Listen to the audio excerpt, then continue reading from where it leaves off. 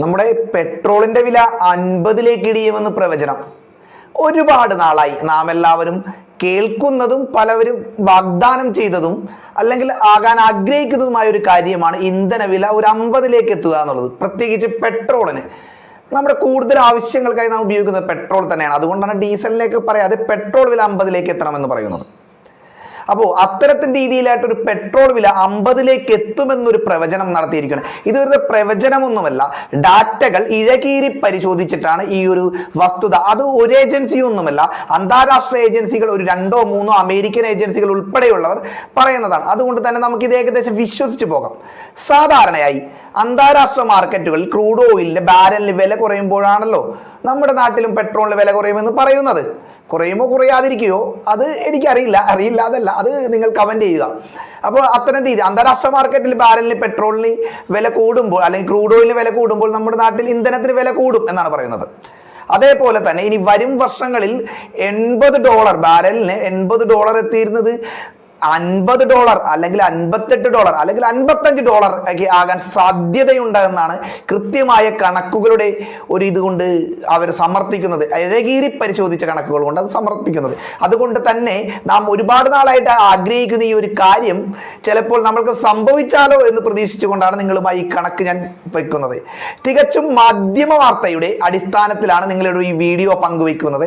ഇപ്പം നീ ഇവിടെ വന്നിട്ട് പെട്രോളിന് വില കുറയും എന്ന് പറഞ്ഞിട്ട് കുറയില്ലടാ ഒരിക്കലും ആ കമന്റുകളൊന്നും പറയേണ്ട. തികച്ചും മാധ്യമ വാർത്തകളുടെ അടിസ്ഥാനത്തിലും ആ ഒരു റിപ്പോർട്ടുകൾ ഇഴകീരി പരിശോധിച്ച ആ കണക്കുകളൊക്കെ നിങ്ങളുടെ മുമ്പിൽ കൃത്യമായി ബോധിപ്പിച്ചുകൊണ്ടാണ് പോകാനാണ് ഞാൻ ശ്രമിക്കുന്നത്. അതേപോലെ ഞാനൊരു കാര്യം പറയാം നിങ്ങളോട്.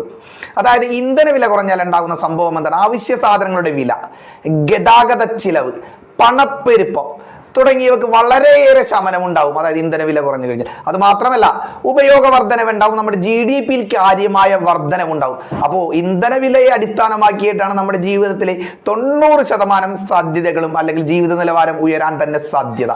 അപ്പോൾ നമുക്ക് ആ ഒരു വാർത്തയിലേക്ക് നോക്കാം. ആ ഒരു വാർത്ത കാണിച്ചുകൊണ്ട് എന്തൊക്കെയാണ് ഇന്ധന ഇത് ഇവർ പറയുന്നത് ഒരു പ്രത്യേകിച്ച് ഒരു കാര്യമുണ്ട്. ഈ വാർത്തയിൽ തന്നെ പറയുന്നത് ഒരു കാര്യമുണ്ട്.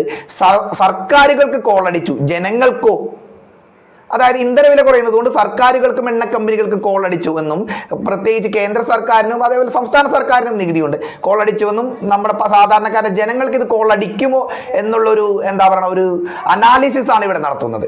അപ്പോൾ പ്രിയപ്പെട്ടവരെ, നിങ്ങൾക്ക് എൻ്റെ വീഡിയോകൾ ഇഷ്ടമാകുന്നുണ്ടെങ്കിൽ തീർച്ചയായിട്ടും നിങ്ങൾ നമ്മുടെ ചാനൽ ഒന്ന് സബ്സ്ക്രൈബ് ചെയ്യുക. അതേപോലെ തന്നെ വീഡിയോ മുഴുവൻ കേൾക്കാൻ ശ്രമിക്കുക. എങ്കിലേ നിങ്ങൾക്ക് ഈ പറയുന്ന കാര്യം കൃത്യമായി മനസ്സിലാകുകയുള്ളൂ എന്നാണ് എനിക്ക് തോന്നുന്നത്. അപ്പോൾ മുഴുവൻ കേട്ടതിന് ശേഷം മാത്രം നിങ്ങൾ കമന്റ് ബോക്സിൽ അഭിപ്രായം രേഖപ്പെടുത്തുക എന്ന് പറഞ്ഞുകൊണ്ട് നമുക്ക് അവരുടെ ആ ഒരു വാർത്തയിലേക്ക് ശ്രദ്ധിക്കാം. ക്രൂഡ് ഓയിൽ വില ബാരലിന് $52 ഇരിയുമെന്ന് US എനർജി ഇൻഫർമേഷൻ അഡ്മിനിസ്ട്രേഷന്റെ പ്രവചനം. നിലവിൽ ക്രൂഡ് ഓയിലിന്റെ വിലയുള്ള $65. 2025 ശരാശരി വില $71 $80 വരെ ആയിരുന്നു. എന്നാൽ US ധനകാര്യ സ്ഥാപനമായ ഗോൾഡ്മാൻ സക്സ് അടുത്ത വർഷം വില $56 താഴുമെന്ന പ്രവചനവുമായി രംഗത്തെത്തി. മറ്റൊരു ധനകാര്യ സ്ഥാപനമായ JP മോർഗന്റെ വിലയിരുത്തൽ $58 ആണ്. ഉപഭോഗത്തിനുള്ള 80 തുടങ്ങി 90% ക്രൂഡ് ഓയിലും ഇറക്കുമതിയെ ആശ്രയിക്കുന്ന ഒരു രാജ്യമാണ് ഇന്ത്യ. ഈ വിലയിറക്കം അല്ലെങ്കിൽ ഈ വില ഇറക്കം ഇന്ത്യക്ക് കൂടുതലും ലാഭമുണ്ടാകും. ക്രൂഡ് ഓയിൽ വാങ്ങാൻ 2021-24 ഇന്ത്യ ഏകദേശം 15 ലക്ഷം കോടി രൂപ ചെലവിട്ടിരുന്നു. നടപ്പ് വർഷം അതായത് 2025-2026 ഏപ്രിൽ മുതൽ ഓഗസ്റ്റ് വരെയുള്ള കണക്ക് പ്രകാരം ഏകദേശം 4.4 ലക്ഷം കോടിയാണ് ഇന്ത്യ മുടക്കിയത്. റഷ്യയിൽ നിന്ന് ഡിസ്കൗണ്ട് കിട്ടുന്നതിനാൽ ഈ വർഷത്തെ ഇറക്കുമതി ചെലവ് കുറഞ്ഞിട്ടുണ്ട്. ക്രൂഡ് ഓയിൽ വില താഴുന്നത് ഇന്ത്യൻ എണ്ണ കമ്പനികളുടെ പ്രവർത്തന ലാഭം അതായത് റിഫൈനിങ് മാർജിൻ പ്രവർത്തന ലാഭം മെച്ചപ്പെടുത്താൻ സഹായിക്കുമെന്നു തന്നെയാണ് തീർച്ചയായും അവർ പറയുന്നത്. കമ്പനികളുടെ വിദേശ സമ്പാദ്യ നിലയും അതായത് വിദേശ നാണയ സമ്പാദ്യവും മെച്ചപ്പെടുത്തും. ഇന്ത്യയുടെ വ്യാപാര കരാർ, ധനക്കമ്മി എന്നിവ ആശ്വാസ തലത്തിലേക്ക് താഴും. അതുപോലെ തന്നെ ഒട്ടേറെ പ്രത്യേകതകളുണ്ട്. ക്രൂഡ് ഓയിൽ വില കുറയുന്നതിന് ആനുപാതികമായി ഇന്ധന വില കുറയ്ക്കുവാൻ ഞാൻ നേരത്തെ പറഞ്ഞതുപോലെ നമ്മുടെ എണ്ണ കമ്പനികൾ രാജ്യത്ത് തയ്യാറായാൽ രാജ്യത്ത് അവശ്യ വസ്തുക്കളുടെ വില, ഗതാഗത ചെലവ്, പണപ്പെരുപ്പം കുറയും, ഉപഭോഗം വർദ്ധിക്കുകയും GDP വളർച്ച മെച്ചപ്പെടുകയും ചെയ്യുമെന്നാണ് വിദഗ്ധർ പറയുന്നത്.